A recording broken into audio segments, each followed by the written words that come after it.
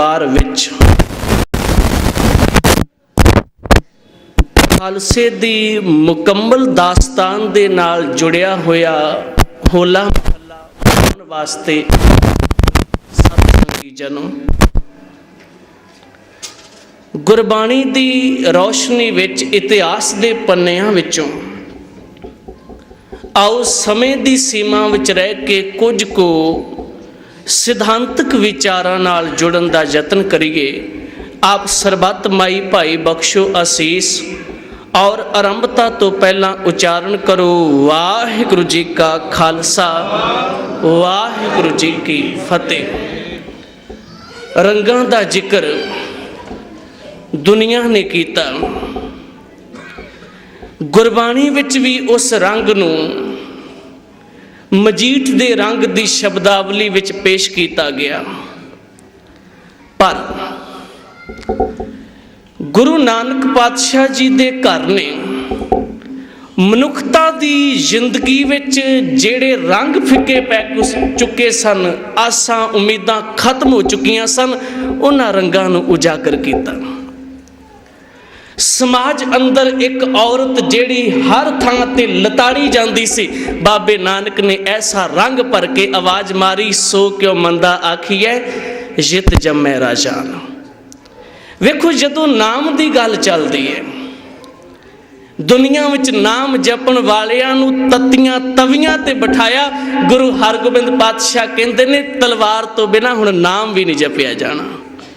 बड़ी गंभीरता का विषय, जे इस चीज़ नूं वाच के वेखांगे शायद तवारीख का एक एक पन्ना गवाही भर दे, जिन्हां दी जिंदगी बेआस हो चुकी सी, कोई आसरा कोई सहारा नहीं, कोई आसरा बन के अगे आउण वास्ते तैयार नहीं। गुरु नानक दे घर विच आया होया शस्त्र इस हिंदुस्तान दी जनता वास्ते एक नवीं जिंदगी लैके आया।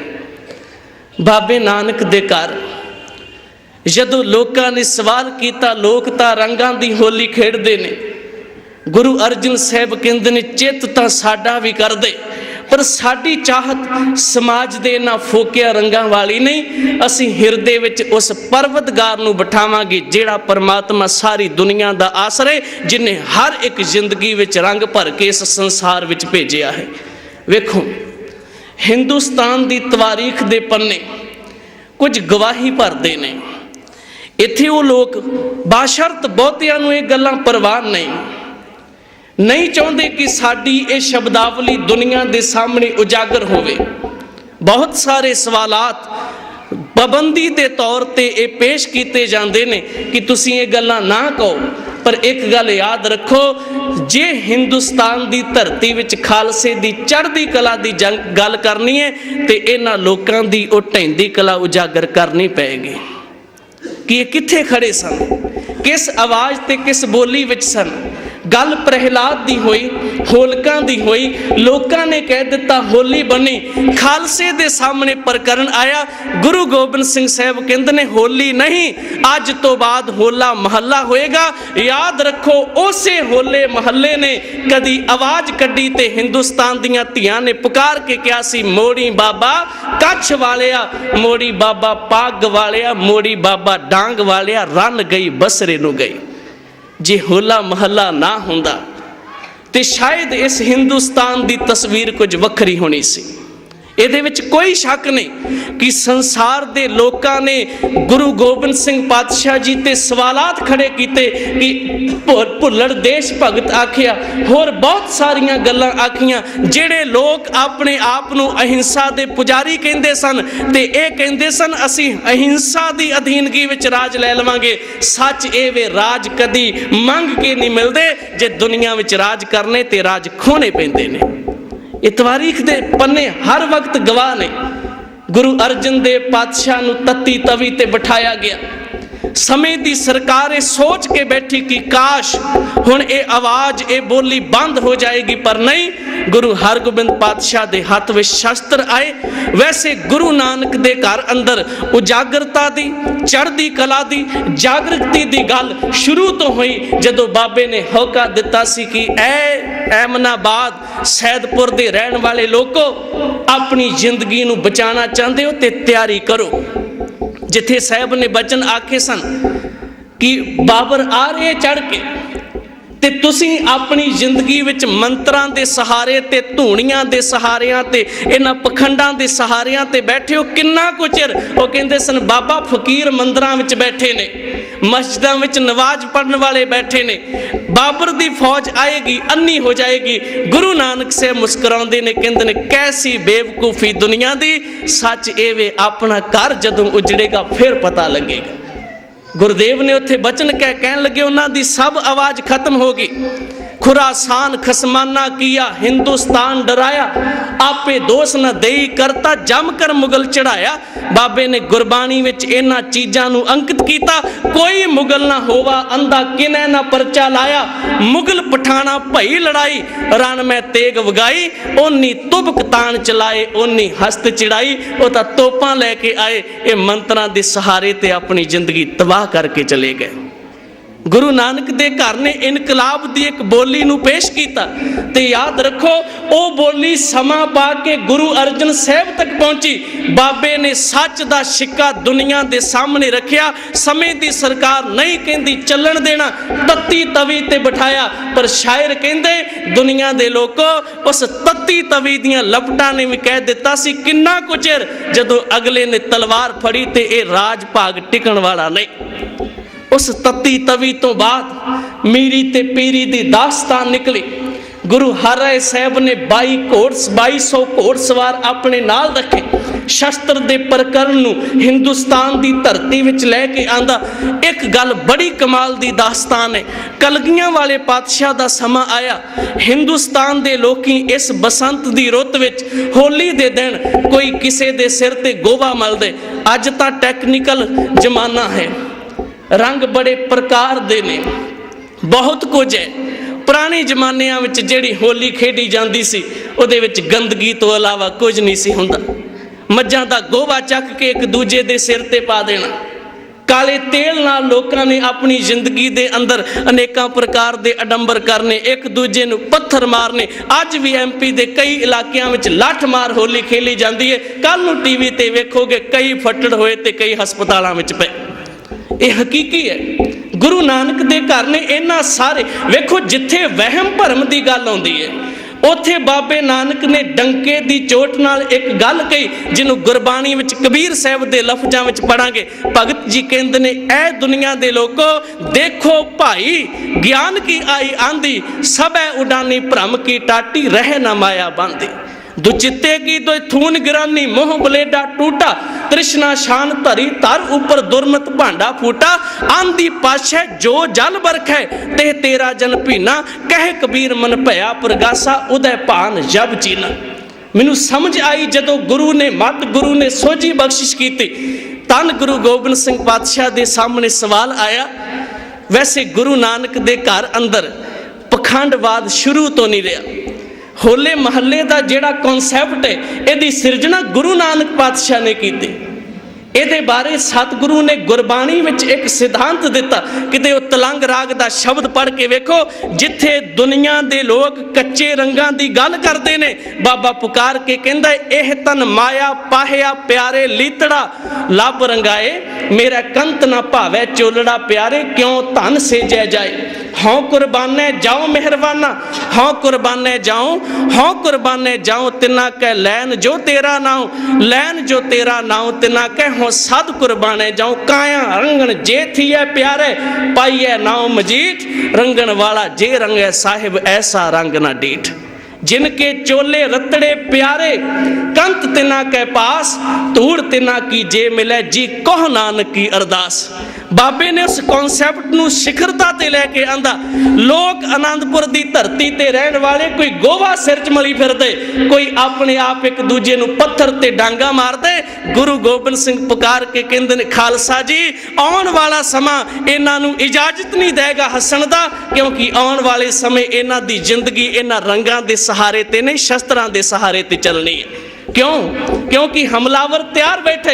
इन्हां दे घरां विचों धीआं भैणां नूं चुक के ले जाएगा ते हथ माल दे वेखते रह जाणगे, अपने घर नूं बचाउण दी तैयारी नहीं करनगे ते अखीर जरूर पछताउणगे। बाबे ने उत्थे होलगढ़ दे किले अंदर एक आवाज़ बुलंद की, अज तो खालसे दी होली नहीं, दो टीमां बनाईयां गईयां जिन्हों झूठ मूठ की लड़ाई का प्रकरण पेश करके बयान किया गया। दो टीमां, एक पासे इंज कह लो होला ते महला, ये दो लफ्ज ने। होला का अर्थ है हमला, एक पास्यों क्या हमला, दूजे ने क्या मैं हल्ला, पहले ने क्या होला, दूजे ने क्या महला, पहले ने क्या हल्ला, दूजे ने क्या मैं भी हल्ला। ये लफ्ज सन ओवेंस ते डिफेंस, वार करना ते वार रोकना। दोनों पासियां दी इस लड़ाई दे प्रकरण विचों एक आवाज़ निकली। उस आवाज़ ने एक गल पेश की, कलगियां वाले पातशाह ने दो टीमां बनाईयां, झूठ मूठ की लड़ाई हुई, शस्त्र विद्या दे जौहर ते करतब विखाए, सिखां नूं सन्मानित किया। लोकां ने क्या एक ऐसा गुरु का प्रकरण है, लोग तां रंग खेड के खुशी मनाउंदे ने, पर यह तां शस्त्र की विद्या दिंदे ने। कलगियां वाले दी उस कॉन्सैप्ट की आवाज़ किते इतिहास दे झरोखे विचों पढ़ के वेखियो, जिथे आवाज़ निकलती सी कि आउण वाला समा इन रंगां दा नहीं, इन्हां शस्त्रां दा है। कलगियां वाले तां ज्योति जोत समा गए। चार लाल वारे कौम दी खातर, धर्म दी खातर आवाज़ नूं बुलंद कीता, पर ओ होला ते ओ महला हिंदुस्तान दी धरती ते प्रगट होया उदों जदों नादर शाह ने इत्थे आके पहली बार हमला कीता।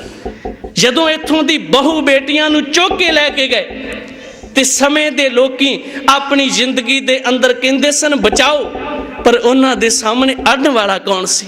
जिहड़े एक दूजे दे गुलाल लाउंदे सन, एक दूजे दे गोवा मलदे सन, हुण वो तलवार कित्थों चलाउण? क्योंकि अज जंग तलवार दी है, उदों शस्त्र की लोड़ सी, ते जिन्हां ने कदी हथ विच तलवार नहीं पकड़ी वो कित्थों अपने घर दी धी भैन दी इज्जत बचाउणगे।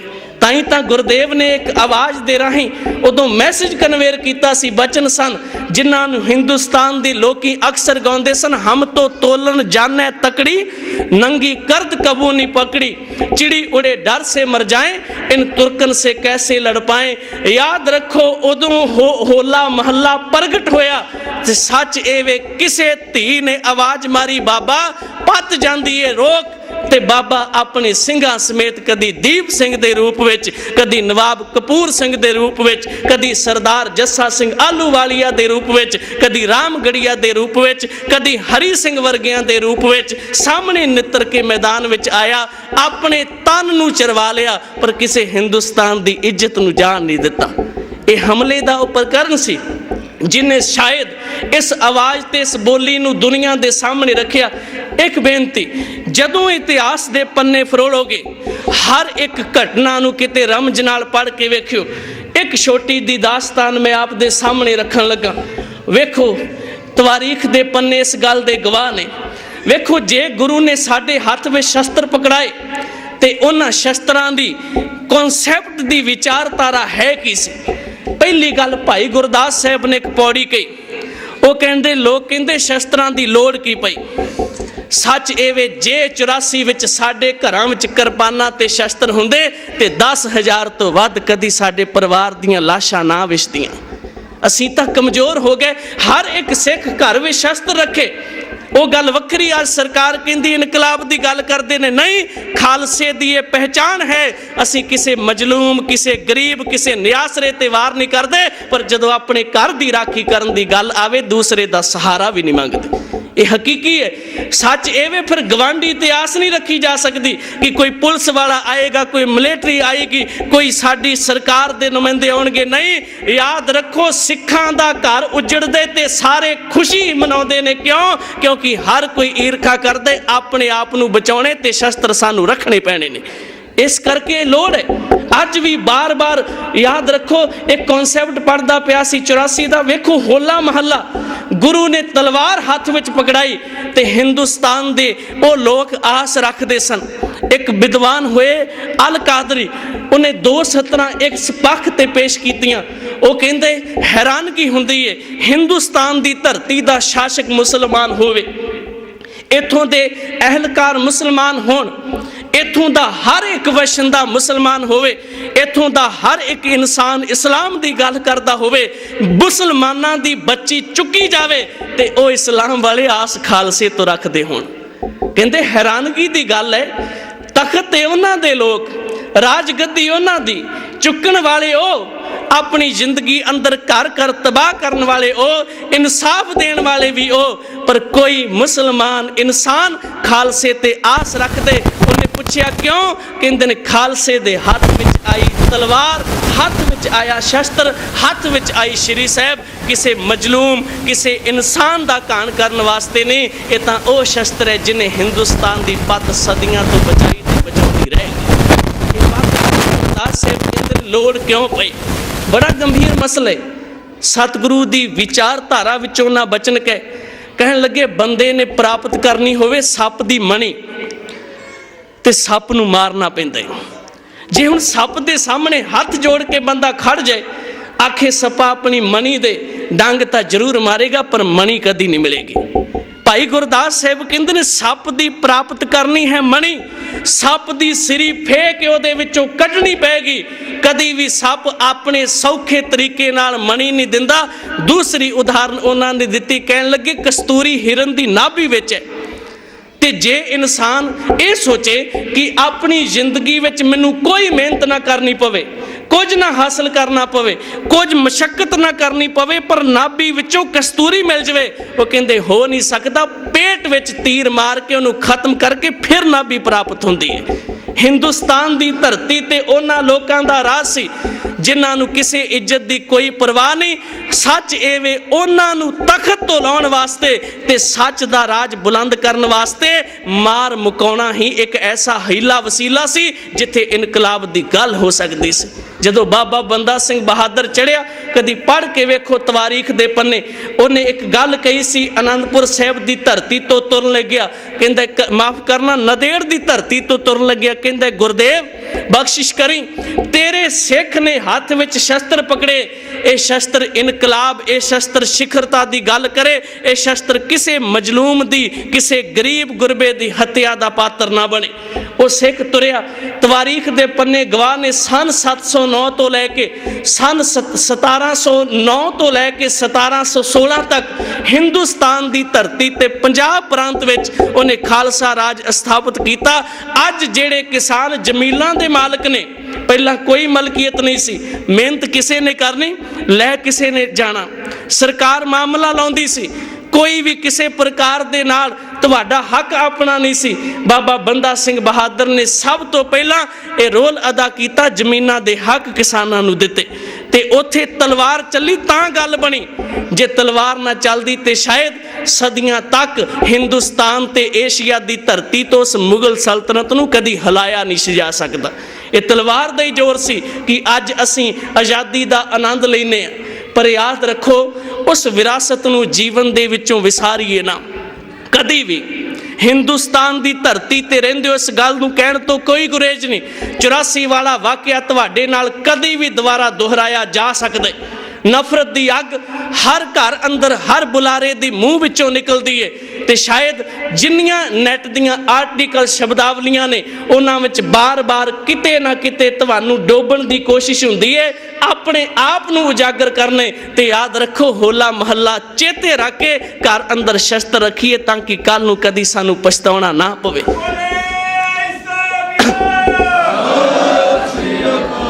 धन गुरु ग्रंथ साहिब जी की विचारधारा ने वेखो सिख किसी का विरोधी नहीं, साडे घर विच पई हुई तलवार किसी नूं तड़फाउंदी नहीं, पर करिए कि असीं अपने लाइए योधियां दियां तस्वीरां साडे अजैब घरां विच ते तरथली दूजियां नूं तख्तां ते बैठियां मचदी है।